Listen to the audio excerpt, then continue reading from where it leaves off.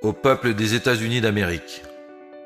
Depuis des semaines maintenant, le monde s'arrête, essayant de contrôler une pandémie qui, sans aucun doute, est le plus grand défi auquel nous avons fait face ensemble en tant que société et communauté internationale. Notre priorité est d'y faire face, tout comme la priorité du peuple des États-Unis. Heureusement, au Venezuela, nous avons pu compter sur certains avantages.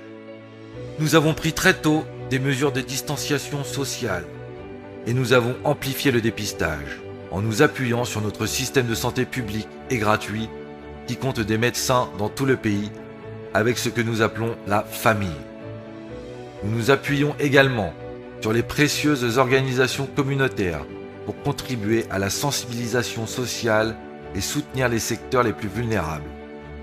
La solidarité de Cuba, de la Chine et de la Russie et le soutien de l'Organisation mondiale de la santé nous ont également permis d'obtenir des fournitures médicales nécessaires malgré les sanctions illégales de Donald Trump. En vous exprimant ma solidarité face à cet important défi historique, ainsi que notre consternation et notre chagrin face aux conséquences de la pandémie aux États-Unis, j'ai également l'obligation de vous faire savoir qu'alors que le monde se concentre sur la gestion de l'urgence Covid-19, l'administration Trump, instrumentalisant une fois de plus les institutions afin de réaliser des objectifs électoraux et se basant sur des infamies sous le prétexte de la guerre contre la drogue, a ordonné le plus grand déploiement militaire américain dans notre région au cours des 30 dernières années, dans le but de menacer le Venezuela et d'amener dans notre région un conflit militaire coûteux, sanglant et de durée indéterminée. Dans la perspective de cette manœuvre fallacieuse, le 26 mars dernier, William Barr, un procureur général à l'indépendance douteuse, qui a recommandé l'invasion du Panama en 1989 contre Noriega et a contribué à dissimuler les irrégularités du scandale Iran-Contra, a déposé, sans montrer la moindre preuve, des accusations de trafic de drogue vers les États-Unis contre moi-même et contre les hauts fonctionnaires de l'État vénézuélien. Même si les données du ministère de la Défense lui-même montrent que, contrairement à la Colombie et au Honduras, deux des pays alliés de Washington, le Venezuela n'est pas un pays de transit principal vers les États-Unis. Il est clair que l'administration Trump crée un écran de fumée pour brouiller la gestion improvisée et erratique de la pandémie aux États-Unis. Les prévisions les plus optimistes montrent que près de 240 000 âmes seront perdues aux États-Unis. Dès le début, Donald Trump a minimisé et même nié, comme il l'a fait pour le changement climatique.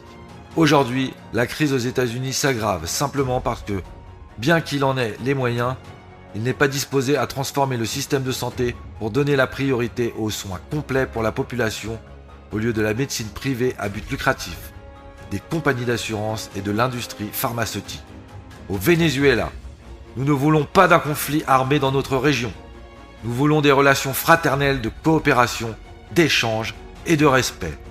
Nous ne pouvons accepter ni les menaces de guerre, ni les blocus, ni l'intention d'installer une tutelle internationale qui viole notre souveraineté et désavoue les progrès réalisés l'année dernière dans le dialogue politique sincère entre le gouvernement et une grande partie de l'opposition vénézuélienne qui veut des solutions politiques et non des guerres de pétrole.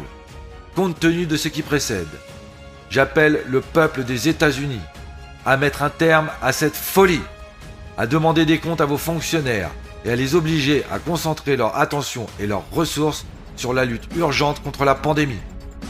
Je demande également, parallèlement à la fin des menaces militaires, la fin des sanctions et du blocus illégaux qui restreignent l'accès des biens humanitaires qui sont si nécessaires pour le pays aujourd'hui. Je vous demande de tout cœur de ne pas laisser votre pays être entraîné une nouvelle fois de plus dans un autre conflit sans fin, un autre Vietnam, un autre Irak, mais cette fois plus près de chez lui. Les peuples des États-Unis et du Venezuela ne sont pas aussi différents que leurs mensonges veulent nous le faire croire. Nous sommes des peuples en quête d'une société plus juste, plus libre et plus compatissante. Ne laissons pas les intérêts particuliers des minorités aveuglées par l'ambition nous séparer. Comme l'a dit un jour notre chef Hugo Chavez, nous partageons le même rêve. Le rêve de Martin Luther King est aussi le rêve du Venezuela et de son gouvernement révolutionnaire. Je vous invite à lutter ensemble pour que ce rêve devienne réalité. Non à une autre guerre des États-Unis contre le Venezuela. Plus de sanctions pénales. Nous voulons la paix. Nicolás Maduro Moros, président de la République bolivarienne du Venezuela.